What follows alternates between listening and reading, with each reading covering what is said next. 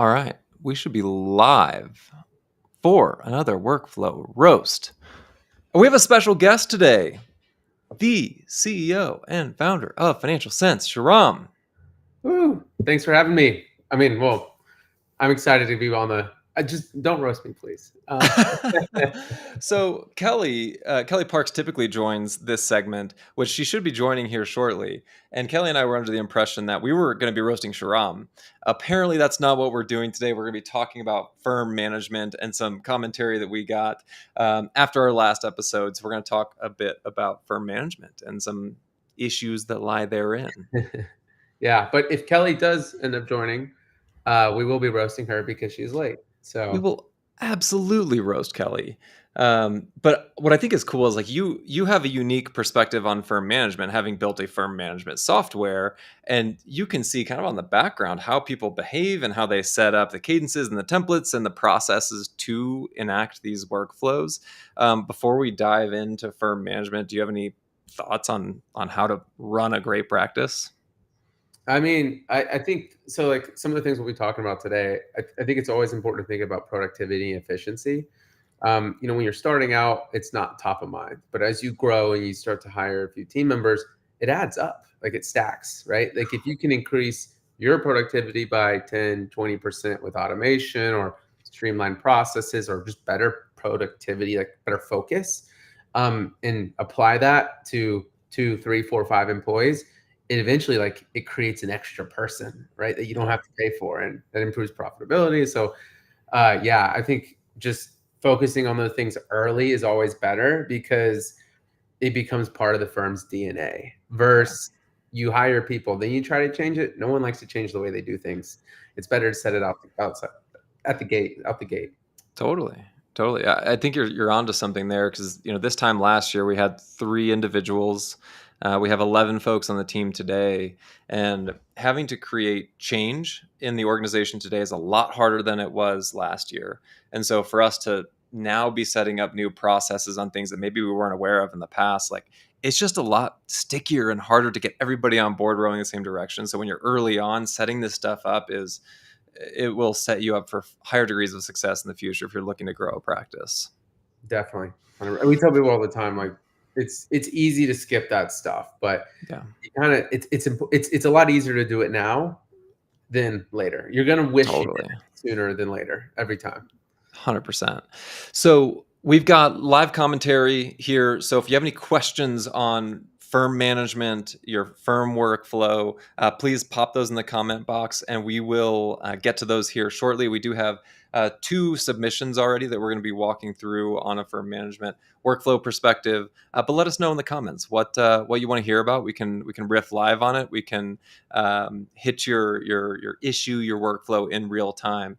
And I'd like to say, like, yes, this is a roast, but we'll be nice and try to be helpful. Yeah, I have to be honest. I'm not very good at roasting people. Yeah. I'm too nice.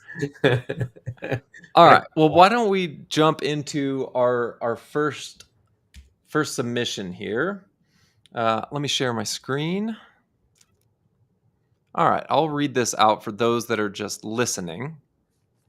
So this question came in. If you keep track of your time by client, whether billing on an hourly basis or for your own internal tracking, what does your workflow tracking look like? Do you track time each time you sit down to work on a client, whatever that might be? Or do you set time aside for a certain time frame and devote it to the client saying, hey, this hour I'm working on X, Y, and Z?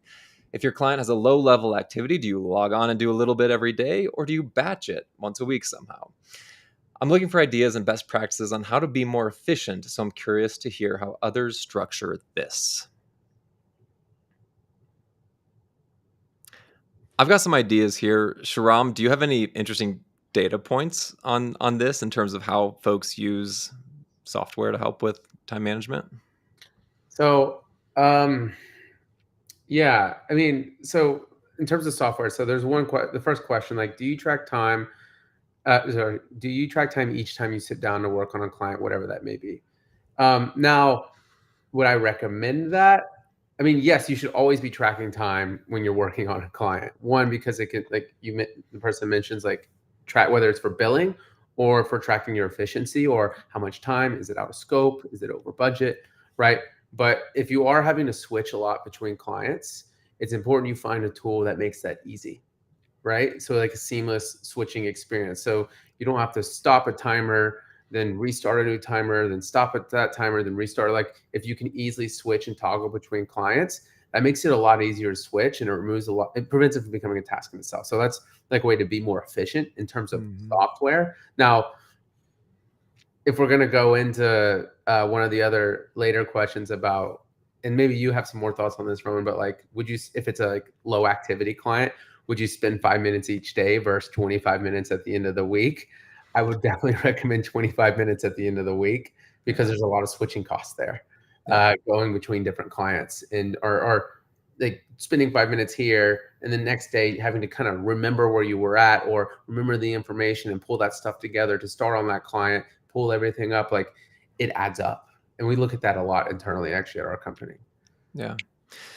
Yeah, so I've got a lot of thoughts on this. So at my last firm, we track time, billed by the hour, and we had a policy in place that everybody needed to get their hours in by the end of the week. We found that that was so difficult to manage, and that everybody was just waiting till the last day of the week to submit their hours for the entire week. And it just created a lot of friction in, are we getting the right hours in? Are they attributed to the right client? Now we have to do this audit of the last 7 days of activity. And it was always really sticky. And so we ended up moving that policy from a weekly policy to a daily. Hey, you've got to get your time in every single day, or you're not going to get paid. And so there was this kind of, if this happens, then that will happen. And for that firm in particular, it was hey, you're not going to get paid for the hours if you don't submit them by the end of the day, which is, I don't know. It's one of those things where it can get really challenging to manage that. You often have to have a dedicated resource. Today, because we bill on a fixed fee and in like a value-based pricing arrangement, we have these clients that have minimal activity. We have these clients that maybe we hit once a month or once a week. And so I would actually point this back to scoping, point it back to your statement of work that says, hey, it should say, we will clear your bank feed on a weekly basis, on a daily basis, on a monthly basis. Whatever activities you're actually accomplishing for that client, you should have some sort of time stamp on that, right? This is done weekly, this is done daily, this is done monthly. So that allows your team to have visibility a little bit better on how to structure their weeks. Hey, this is a daily client. I'm going to go in and clear that bank feed every day. Now, when you're tracking time for it, I would always recommend batch processing, just because, to Shram's point, when you're switching from client to client to client to client, A, it's kind of hard to remember to click a timer on and off. B, the switching costs and just the mental strain that can put on a teammate, it's really difficult to manage. And so I would prefer to batch 100%.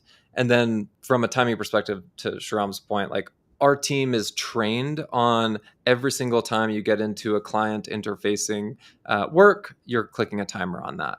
And we've got periodic reminders in Slack to remind the team to do that. But batch processing is definitely the best way to do that. You can do that via calendar blocking. I calendar block a lot. Truth be told, I don't respect my calendar blocks that often. So I'm super guilty of that. But batch processing is definitely much easier for reducing those switching costs.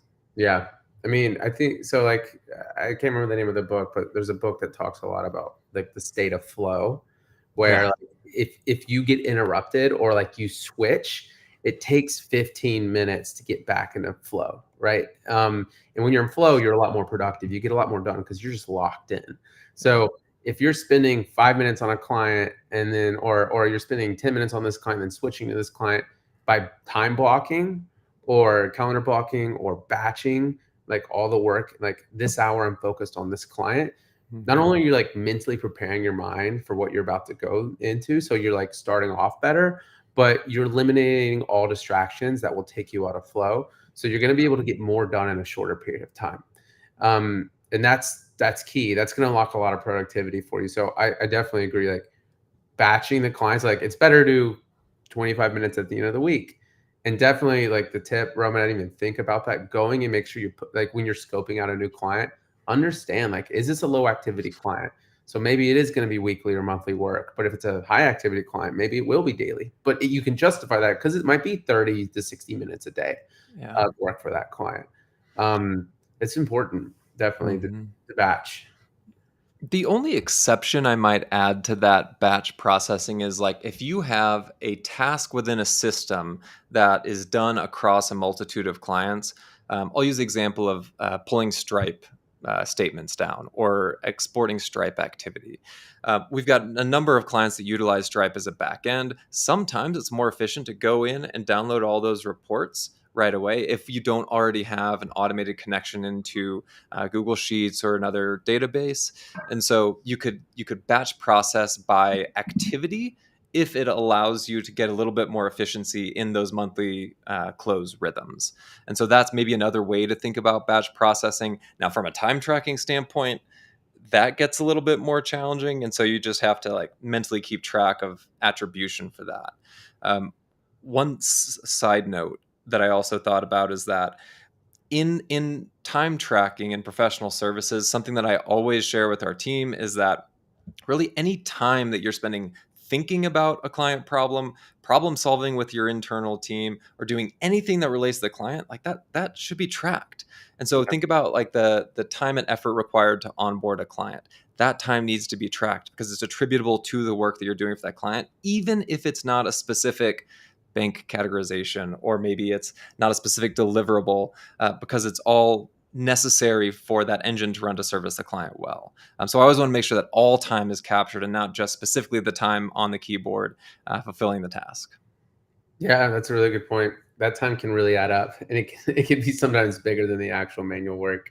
Hmm. Do you see, Sharam, most firms tracking time, or have you seen a kind of a trend in firms maybe not tracking time and attributing it to specific projects? You know, it, when you look at the market, what we've seen is a lot of firms are switching to fixed fee billing for a good reason, Hmm. right? And like recurring billing, um, they don't, they want to get paid up front first off, right? They don't want to do the work and then hopefully get paid or chase a client down for 60 days to get paid. It's better cash flow, which helps them reinvest in their business. It just creates an all around better business model. So we are seeing a lot of people switch to fixed fee versus time based billing.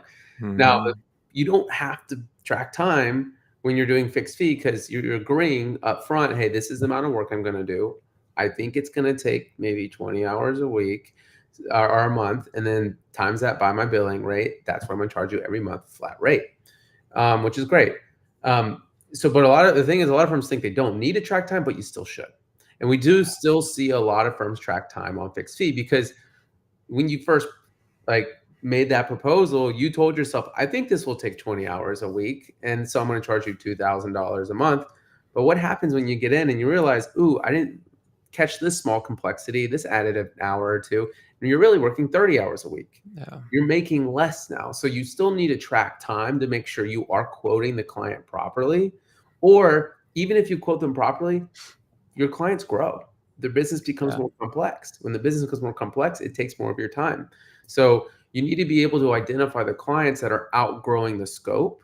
So then you can renegotiate those rates because that's what's going to allow you to stay profitable, right? I Yeah. mean, it's a common nature. Like businesses have to increase the pricing as the scope changes with the client. So you need to be able to track it. Otherwise, you're never going to know, Yeah. especially if you're not the one doing your work. You have team members doing it. They're not going to care about that. They're not going to Right. recognize it. They're not going to think, oh, we should charge them more. They're just going to keep doing their work versus you that might catch that.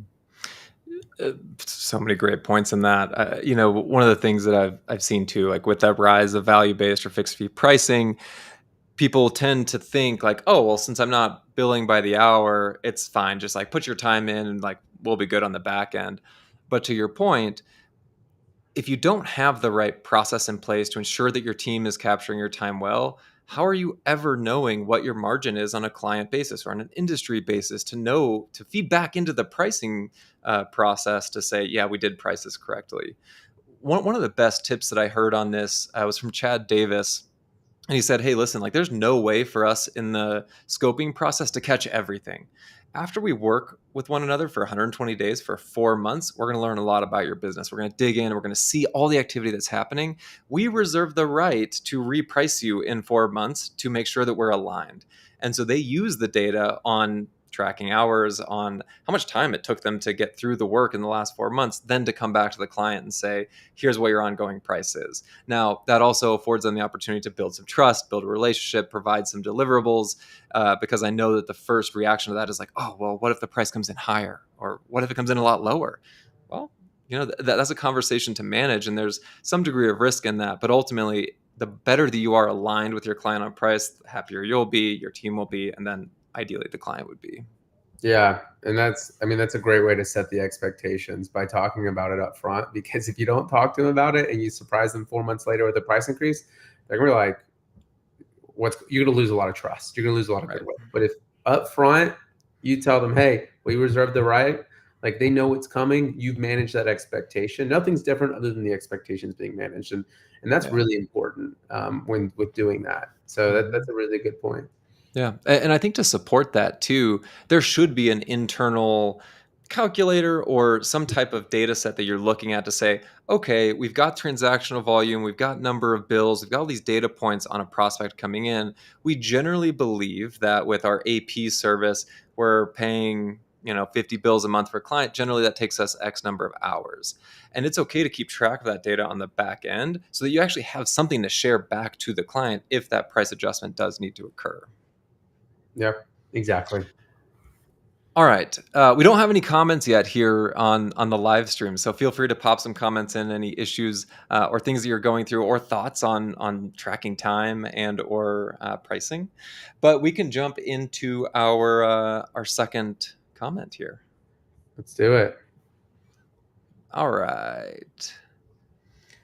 So here, for the listeners, I will read this out. I have a contract position, basically a one-person accounting department that I've had for over a year and a half. They've grown, and their workflow and tasks have become so annoying for me. I no longer enjoy it. I think they'd be better off with an in-house employee, but they're one of my higher paying clients at $1,600 to $2,000 a month. Do I need to get over it because it'll be a significant loss of revenue, suggest in-house, revise our agreement, market to replace the income, then drop them, something else? This is an interesting conundrum. Yeah, I think it goes several different ways. I would love to have more context, and maybe we talk about both, but on why it's annoying now. Is it because the client's expectations are unrealistic? Are they a PETA client? Or is it because, the client's grown, so the scope of work has changed and they feel like they're not valued, like they're not getting paid enough? Like which that could be totally two different answers depending on that. But we could also explore just both. Yeah. Initial gut reaction, I think you're onto something there with their workflow tasks have become annoying. Like what is the genesis of that? Because if they are dictating the workflow and tasks, what are you doing? Like we, as the advisor, as the outside accountant, even though it is a client, like we should be dictating how they manage their accounting department, because we ultimately are the experts of that. And if they don't trust us to do that, that's a separate issue. I think they'd be better off with an in-house employee. Okay, maybe right now they're paying you $1,600, $2,000 a month. They're going to at least double, if not triple that, to bring in an internal employee. And so is there enough volume and complexity to merit, even if you doubled your prices to $4,000 a month, that's $4,800 or $48,000 annualized. Can they find a really quality accountant for that today? No. But also, will raising the price solve the problem for you? No. So it goes back to that workflow and tasks. What are you doing to create a better outcome for them so that they can grow and scale as a business, if that's their outcome, and or have better efficient processes? I think that's where the problem lies. Yeah, that's a good point. I mean, I didn't even think about, you're right. If you double your rates, it's still more affordable than bringing someone in-house. Right. At least somebody quality. Yeah. Yeah. And that's what they're going to want. And the workflow is like the accountant is a trusted advisor, right? Right. They should be the one recommending the best practices for the workflow. So if they are dictating how the workflow should work, maybe there should be a conversation around, with the trusted advisor saying, I have a better process and this is why. This is why it will benefit your firm, which will make both lives a lot easier and could even solve that end of the problem as well. Yeah, and I think accountants do such a terrible job of marketing themselves and helping their clients understand what the value proposition is. Because to your point, the, A, they're probably undercharging for the amount of work they're doing, and B, they're not articulating the value prop well. And so if they're able to say, hey, here are 3 ways that you can improve your internal workflows, not only that will help me as your accountant, but will help you yield a better outcome, that really kicks off a far better conversation in order to then justify raising your rates. Because if you come in and just say, "Hey, I'm going to raise you up to 2,000 to 3,000 a month," and it looks like you're probably billing hourly, which I would get away from, um, like they're not going to respond well to that. Hmm. Yeah. And but also going back to our previous point about tracking time, I don't know if this is hourly or fixed fee, but like if it was fixed fee, like by tracking your time, you would actually have some good data that you could share. Like, hey, this is what I typically charge. This is how I charge to build a profitable, sustainable business. The Hmm. scope of work has changed, and you could even show over the last 12 months, we're now spending, instead of 20 hours a month on your account, we're spending 30 to 40 hours. It is almost doubled. So it's a much easier conversation to show, like, hey, we have to increase the rates because the work has 1.5 2x. Sure. And that makes it easier for someone like me as a business owner. If my accountant shared that with me, I'd be like, I'm a business owner, I understand that. Like, Yeah. I had to build a sustainable business. They will understand that.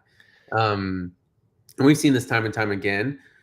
It is so scary to increase your rates. You think worst case scenario, you think you're going to lose your clients, but 9 out of 10 times, like 95% of your clients will just be like, yeah, makes sense. Yeah. Like there's going to be a few that don't like it, that complain, that push back, but most, it will be okay, especially if you have a good, insightful, and transparent conversation. Hmm.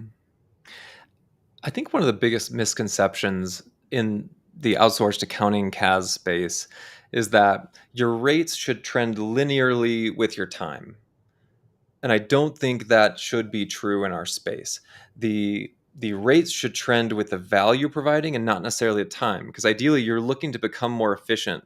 Even if the transaction volume does increase, you're looking to become more efficient in order to yield a good outcome for the client, but then also bill more for that because you're providing more value, even if they are growing and scaling. So outwardly, you can say, hey, here are the 3 things that have materially changed in your business that merit a change to pricing.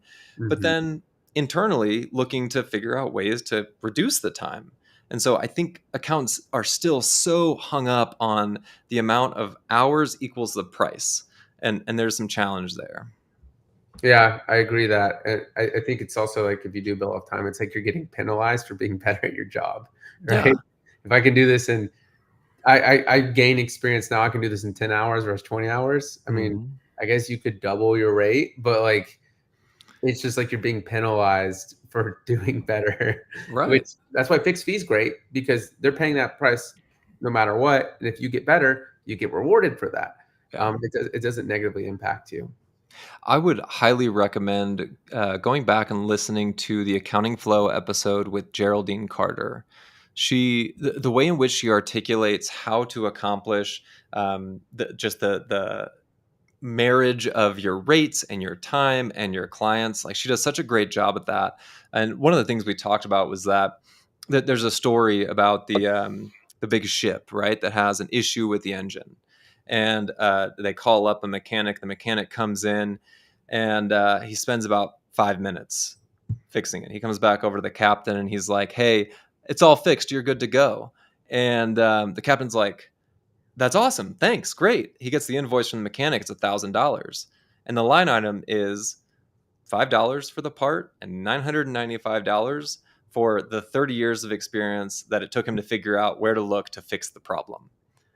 And it's like, you need to value your expertise, value where you sit in this relationship here, because took you a long time to get to know how to do what you're doing, and so you need to attribute value to that. It's one of the best examples I've heard in the value-based pricing space.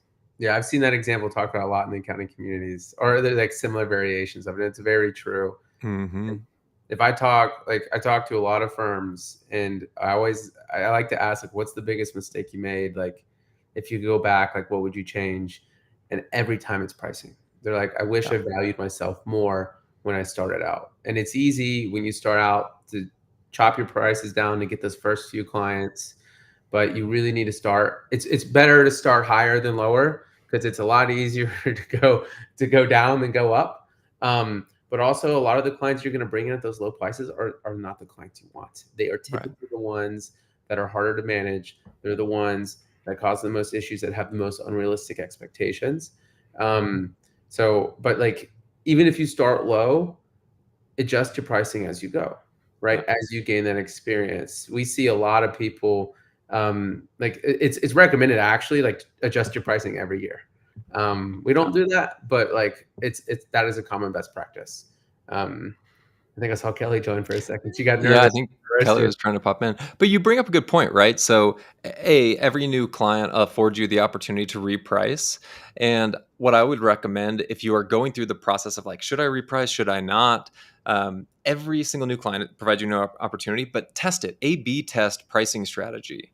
I think it's one of those easiest ways to understand what's working for your firm and what resonates with the prospect. Hi, Kelly. Hi. Sorry, all kinds of technical trouble over here. And I wanted to be here so badly because I heard we were roasting Shahram. Well, now we're going to roast you. No. Well, I guess I deserve it, not being able to get in here. Yeah, we've got like 2 minutes. Any parting thoughts? Oh, but I like the A/B testing. Yeah, it's interesting. We were talking about firm management and issues around timekeeping, and then like, how do you price a client that's just really annoying and has bad workflows? Super interesting stuff. Yeah, and I really was trying to get here. And I missed, obviously, lots of the conversation, but I want to add in something totally irrelevant, whether you've talked about it, because that's me, right? So I think I came in on the tail end about hourly pricing, and you're right, you do punish yourself. But I don't know if you said this already, sometimes hourly pricing may be your only option. There are simply going to be some kinds of work that you may just have to go with hourly. Don't make the hourly rate $50 or something. But sometimes there's just so many elements of unknown, and you could go around, you could spend longer trying to fix fee subscription value price it than you could to say, okay, it's $150 an hour. I don't really know how long does that work for you? Yeah. And then get on with it. Right? Especially some of those projects, they're hard to price, but also maybe they're not going to take a long time, but you'll spend 2 hours trying to figure out a price, and it might only take you 3 hours to do the job. Well, hopefully you're getting more than just 3 hours out of a job. But I agree with you. Like, all of this, the conversation, the think people on the internet are like, fixed fee, value price. And the fact of the matter is, like, A, that's really hard to do, and B, a mixed bag of how you price is usually the best route, because scope is so hard. And so if you can't get really narrow on scope, hourly is probably better suited for you and the client than a fixed fee arrangement. And you can end up underwater so quickly if you fixed fee something and you're like, shoot, to Shahram's point earlier, you spent 3x the amount of hours on it. Like, well, how are you going to go back and fix that now? Well, and an interesting one is projects. And I know now I'm taking us over because, me. I am doing a project right now where I think in total we're going to have 80 files to convert to QuickBooks Online. I have a process for it. It's a client I do a lot of other work for. It's an accounting firm. I'm excited about the project. I have no idea. She doesn't want to go around in circles. We both just want to get this project underway. So I did price it hourly. We're all happy right now. Would I normally price hourly? Not very often. But if you have a project is a perfect example where you have no clue. And I also may be able to hand part of this project over because I'm gonna record how I'm doing it, and I've set up a system that I can share with them. So it could be a win for either of us, right? But it's not going to be a losing proposition for either of us. We're both happy. But the other thing is time. I think there's a lot of merit in time budgets. I don't know how you can. We don't time track. I'm going to be time tracking this project, We don't generally time track, but you should have an idea of how, otherwise, how can you capacity plan if you don't know where your staff is at? You We already were talked talking about about this, how didn't you? important it is to be tracking time, so ignore everything Kelly said. But okay, I have a really small firm with clients and scope of work that I've gotten pretty good at. But if I had a team other than Marissa and Maddie and I was, you got a budget time. Okay, so anyways, why don't I just come in late? Well, and it's interesting, you know, when you talk about the projects, I think that there's a lot of merit in value-based pricing for like recurring work that happens. I think there's a lot of merit for hourly pricing in unknown scopes. And I think there actually is a lot of merit in fixed fee pricing in something like a project that you know really, really well what the process is, what your fixed costs are, and how much time it's going to take you. So in the instance of converting 50 desktop files to online, maybe you've got a software that helps you with that. It's a fixed fee per file. Maybe you know based on the size and shape of the entity or the file type, how much time it's going to take. And you can say, all right, $500 a pop. And you just fixed fee it, and then you have to work internally to create the margin. But I think all three methodologies can work really well. And the other one, I'm not sure if you mentioned it, I do menu pricing. So I'm all, whatever you want to call it, subscription, fixed fee. I'm not value. I'm like, here's your price. So I guess that's subscription now, but it used to be fixed fee. But I have very clear menu pricing. So if they hire somebody, it's X amount. If they terminate an employee, it's X amount. If they have an international payment, it's X amount. That manages our scope really well. And we have the templated projects in Financial Sense. We just start that, and that ensures that we're going to bill properly for it. It's not time, it's the project. And then that makes sure that we don't not bill for it either. Yeah, and I think there's probably more things like that in Canada that are probably a little bit easier to menu-based price. For us, we found a lot of challenge in menu-based pricing just because of the variability that came up in that, hey, I want all of these different things, and we didn't have a unique pricing set for all of those things. But for something like 1099 issuances, like that's really easy to menu-based price. Hey, you either want it or you don't. We're either going to do it or we're not. So that's where we utilize that methodology. But this is in addition to their monthly fee. Yeah, same here. I think it's the same concept. I think it would still work in the States, just like you said, the 1099s. You don't know how many they're going to have. And you could do something like, you know, Sharam and I were talking a bit earlier about really intentionally defining scope. So you could have menu-based pricing to say, hey, 1 to 25 number of bills processed a month, 25 to 50, 50 to 100, you know, whatever those tiers are. Even if you're not broadcasting it to the client, I mean, you can or you can't. It's good for internal purposes to see that growth over time. But then if you are sharing it with the client, it's like, oh, okay, well, I sent out 60 invoices and this is the pricing tier for that. The transparency is fantastic. Yeah.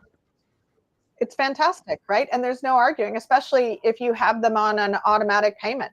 So if they terminate somebody, they already know, I'm just going to pick a number, it's $50. They know that I'm just going to pull that amount because they've agreed to it.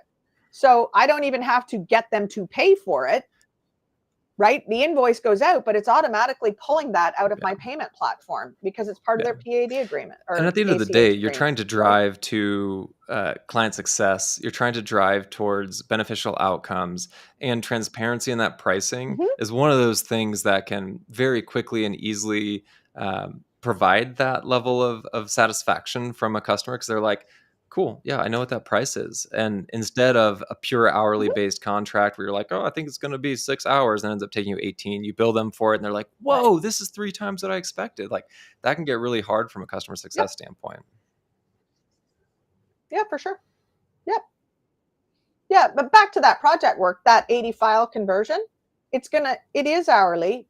There is because I don't know if I'm going to do all 80. And in that, maybe I can pass and in that process, it's like, well, here's kind of what I think. I'll give you updates along my progress. Here's how many hours I consumed. Here's what to expect from a billing standpoint. And so long as the client has expectations around that, no problem. Yeah. Setting expectations is everything for sure. with the client. I never thought about the menu-based pricing. I like that idea. And I haven't really seen that. Is that common? I don't know. It works great. I'll tell you, it works great. I have a client, I never know how many international payments they're going to be. And every single one of them is a pain in the butt. So that is totally okay. You did 5 international payments this month. That's $250 or whatever it is, right? I've seen that a number of firms do that. I know Chris Maxey over at Prefix does that. I think it works really well when you're heavily niched and there's a much more narrow scope of what that a la carte pricing would entail, because the problem set is a lot smaller versus if you're a generalized practice, the problem set's much larger, even though there are probably commonalities amongst it. But yeah, I think we're seeing it more and more. I want to jump in there because you said Chris Maxey with Price Fix, and then you said whatever we're talking about menu pricing, and then you said and he is restaurants, right? So first, I love that here we are talking about Chris because he's awesome, but his niche is restaurants, and so for him, menu pricing with hiring and terminating employees could be huge, just like you said about niching into something. The restaurant industry, they turn over employees. So I actually, that was the first example of why I started doing it. And that was like 10 years ago because I had a restaurant where we never knew who was going to be coming and going.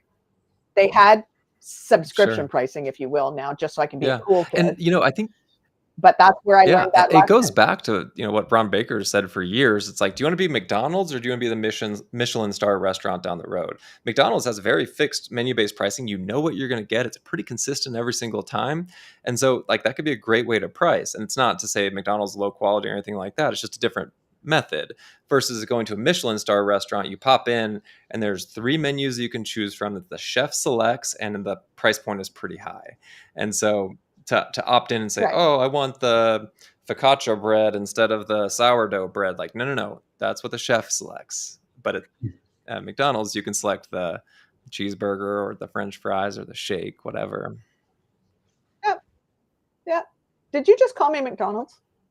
I would venture to guess that your pricing strategy kind of aligns more with the McDonald's than a Michelin star. I'm not sure my clients would agree, but there you go. Well, Michelin star service with a la carte menu-based pricing. How about that? Okay.